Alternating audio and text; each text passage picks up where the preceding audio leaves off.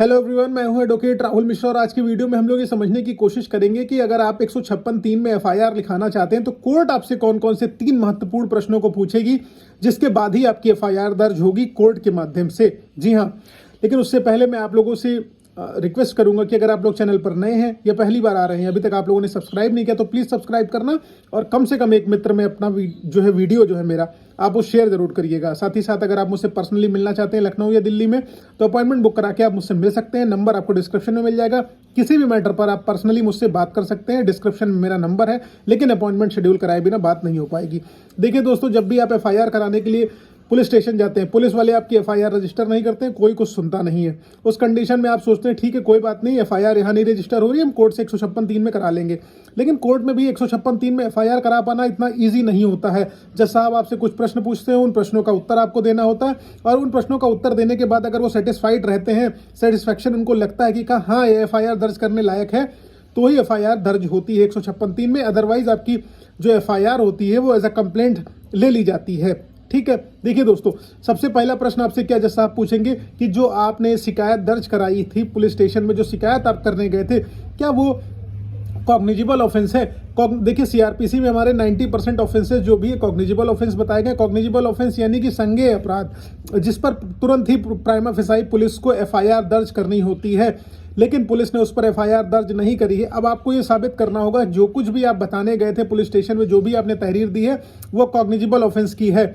अगर कॉग्निजिबल नहीं होती है, पुलिस उसमें एनसीआर करती है और एनसीआर में इन्वेस्टिगेशन करने के लिए फर्दर कोर्ट से उनको परमिशन की जरूरत होती है। लेकिन एफआईआर के मामले में ऐसा बिल्कुल भी नहीं है। लेकिन पुलिस जनरली एफआईआर आपकी लिखती नहीं है और आपको जो है समस्याएं होने लगती, फिर आपको कोर्ट अप्रोच करना पड़ता है। तो पहला क्वेश्चन आपसे पूछा जाएगा कि क्या जो भी आप एफआईआर लिखाना चाहते हैं वो कॉग्निजिबल ऑफेंस से यानी कि संज्ञेय अपराध से संबंधित है या नहीं है। इसका जवाब पर अगर आप कोर्ट को सेटिस्फाई कर ले जाते हैं तो कोर्ट आपकी एफआईआर लिखने की संस्तुति दे देगी। दूसरा क्वेश्चन जो आपसे पूछा जाएगा कि आप 156(3) में आ तो गए हैं हमारे पास कोर्ट में जो है एप्लीकेशन लेके कि जो है हमें एफआईआर दर्ज करानी है, पुलिस ने एफआईआर दर्ज नहीं करी, तो क्या आपने पुलिस स्टेशन में लिखित सूचना दी, मतलब अप्रोप्रिएट तरीके से सूचना दी, और लिखित सूचना दी या नहीं दी? वरिष्ठ अधिकारियों को आपने सूचित किया या नहीं किया? यानी कि मतलब दिल्ली में है तो डीसीपी वगैरह के यहाँ, अगर आप अदर स्टेट से हैं तो एसएसपी ऑफिस में डीएसपी के यहाँ आप दे सकते हैं। आपने दिया या नहीं दिया?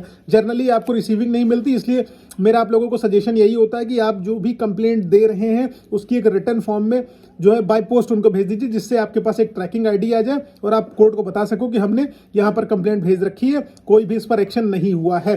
तो जनरली लिखित सूचना अगर दे देते हैं तो आपके पास एक रिकॉर्ड होगा कि हाँ आपने कोर्ट को बताना है कि हमने पुलिस के सीनियर ऑफिसर्स को और पुलिस स्टेशन को, संबंधित पुलिस स्टेशन को सूचना दे दी है। तो रिसीविंग जो आपको मिलेगी वो उसका प्रूफ होगा, वो प्रूफ लगाइए।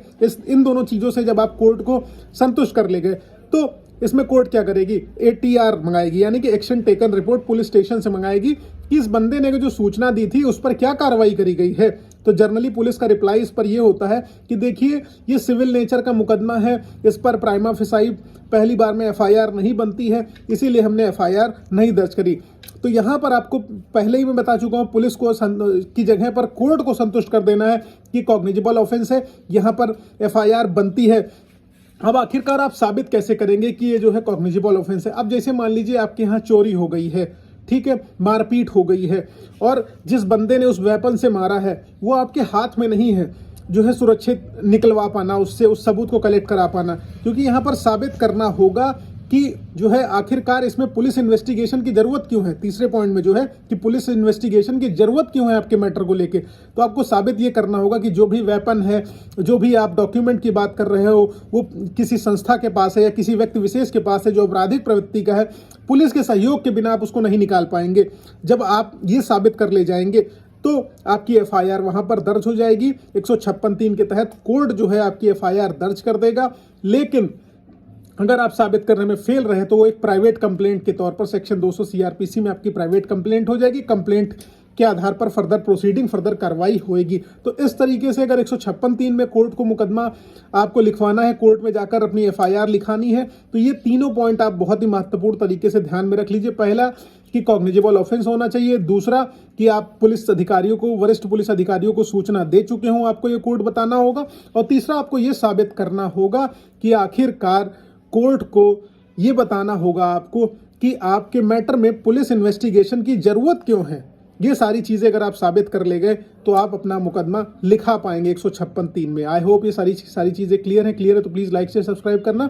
साथ ही साथ पर्सनली मिलना है, बातचीत करनी है तो अपॉइंटमेंट शेड्यूल कराइए। अपॉइंटमेंट शेड्यूल करा के हमारी आपकी बात हो पाएगी। और अगर फेसबुक, इंस्टाग्राम, ट्विटर पर अभी तक आपने मुझे फॉलो नहीं किया है तो डिस्क्रिप्शन में लिंक है, प्लीज वहां फॉलो करिएगा। जय हिंद।